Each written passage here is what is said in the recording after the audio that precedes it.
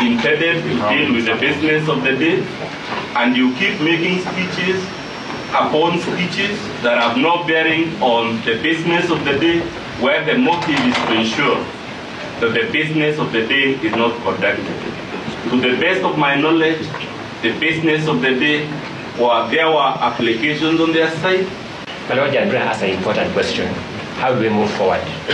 Now, the paradox as I got it, because I don't want to make speeches, is that my colleagues accused this side of making speeches, and in the process they made speeches. But having said that, my Lord, an issue has arisen following disclosures by my Lord Justice Mrema about how this bench has been constituted.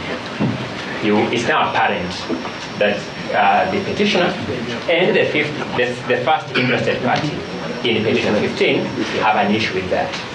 We suggest that we be given time to file a formal application.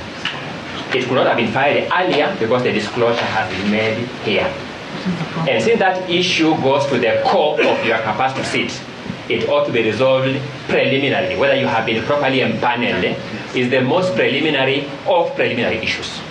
We urge that you give direction on the nature of a timeline when that application ought to be filed, a timeline when responses will be filed, then give us a return date to come and canvass that application on whether you are properly constituted. Because if it turns out that you are improperly constituted, even the issue of recusal becomes secondary.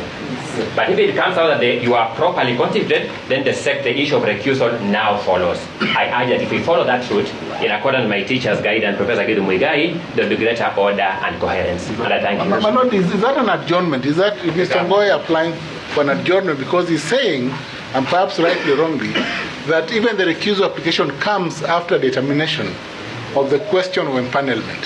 If that be so, and they may leave, they normally leave court, they left Senate, may leave court, we let them say whether they're applying for an adjournment. Is that remark, they normally leave court, whether they left Senate, palatable in this court, my Lord?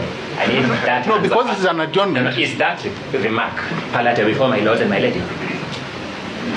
But because, you know, we have decorum at the bar. If you have a professor of law misbehaving at the bar, then there's a problem. I'm urging that you direct that remark be withdrawn first, then we make progress. I'm urging, my Lord. The remark was made in your presence. I'm urging it be withdrawn first, then I can respond. My Lord, I have no problem with withdrawing the remark, but the point is, it is a veiled application for adjournment, because Mr. Ongoya is saying that the court must address the question of empanelment before the recusal. So why can't he just get to the point? I am answering the question now, but I know that he has withdrawn. He said he has no problem with withdrawing, but I didn't withdraw. I want him to withdraw first, my Lord, because I'm entitled to Ongoya, I have no problem with withdrawing. You're my friend, but no, I have no problem, my Lord. I withdraw the remark, but Thank you. There is practice. Thank you. Let me now address the question as addressed. My Lord, Professor Ojienda was my teacher and my mentor of many years. I have no disrespect for him. I just want my own dignity asserted, because I can't protect my client's dignity if my own is in question. But having said that, my Lord Judge Mrema, you are a witness that the issue of how this bench was empaneled has been disclosed here when we are here.